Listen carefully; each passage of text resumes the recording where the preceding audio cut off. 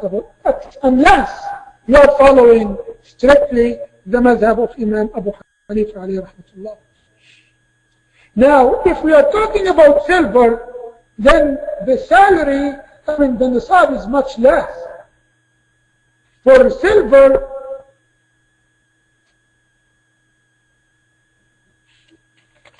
the amount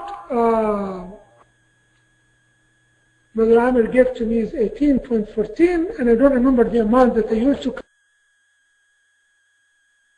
calculate, but it is in that range, so it is in the range of $333, 0504, whatever. So, can you give me it for the silver 1814?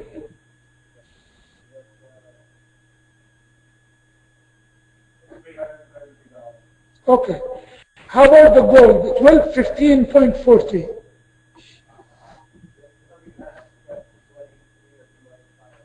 $3,185? Yeah, so because of the, I had a little difference. Okay. So now, should we consider the value of the gold or the value of the silver for determining the nisab? Because if we determine the value of the gold, not all of us will have the nisab. Some of us will, some of us will not. If we consider the value of the silver, then I think most of people here in the room have already acquired nisab.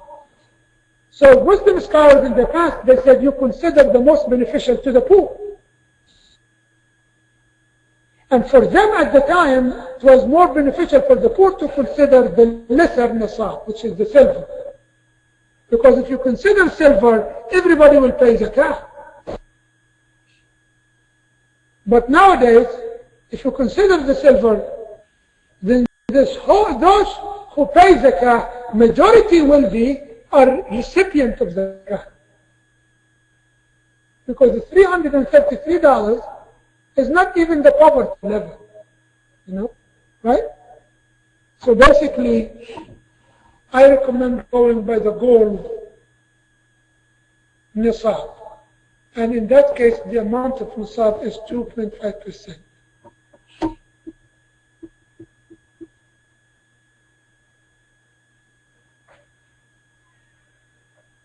All right, funds that may include halal and haram assets. Haram assets are not zakatable. It's not zakat, it will never purify them. What is the benefit of zakah? As we mentioned earlier, it purifies your assets. If it is haram, it will never be purified. You should get rid of it. So, if you have income from halal and haram, you pay zakah for the halal income, and you consider nisab from the halal income. When we discuss an item, we discuss it for practical purposes because it exists. What does this mean? It means that we don't really deal, let's say, if you are trying to calculate, deal with hypotheses or hypothetical situations. You don't say, what if I find a brief full of cash?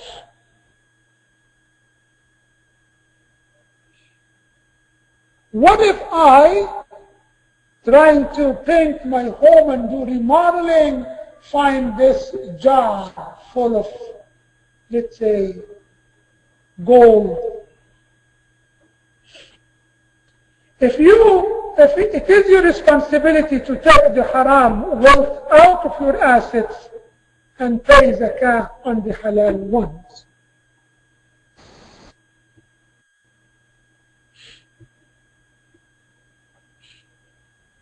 Items of common concern. Financial assets include savings. Interest is not zakatable. Saving accounts, the interest that they add is not zakatable. I know there are some people out there who are saying interest is not riba, is not usury. By the way, there is a difference between the one who says usury is not haram and the one who says this particular dealing is not usury.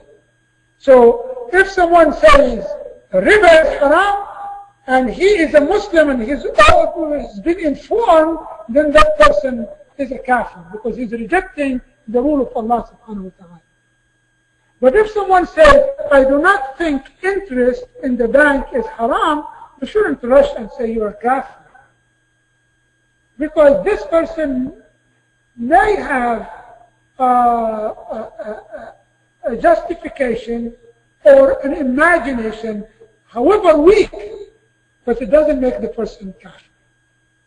Okay? So let's say if somebody says, you know, the interest in the bank, in the saving, is not interest, it's not usury, it is only they are paying you the inflation rate. Of course, this is a nonsense argument, but the person is having what we call in the Islamic tradition, ta'weel. It is the wrong ta'weel. Like somebody during the time of Umar, radiallahu ta'ala anhu, he was known to drink openly. And Umar ibn Khattab brought him, why do you drink? He said, didn't Allah say in the Quran, لَيْسَ عَلَى الَّذِينَ آمَنُوا وَعَمِلُوا الصَّالِحَاتِ جُنَاحٌ فِيمَا طَعِمُوا إِذَا مَا اتَّقَوْا وَآمَنُوا ثُمَّ اتَّقَوْا وَأَحْسَنُوا. Right? There is no burden for the believers if they, in what they eat and drink, if they are believers and fear Allah, and if they are believers and righteous and muhsineen. And Umar said, this is not what it means. And if it wasn't that you are muta'awwil, I would have punished you.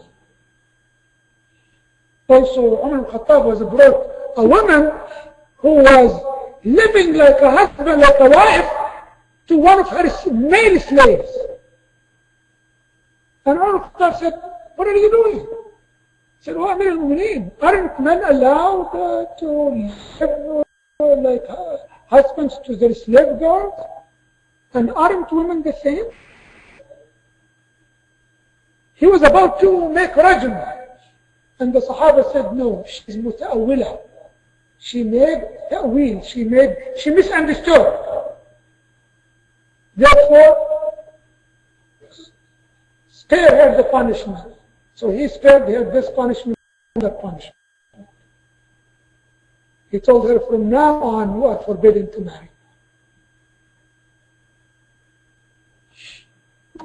Okay, so savings, interest is not zakatable. Checking accounts, interest bearing accounts, the same. CDs, bonds, cash, stocks. And the reason for saying that is that any of these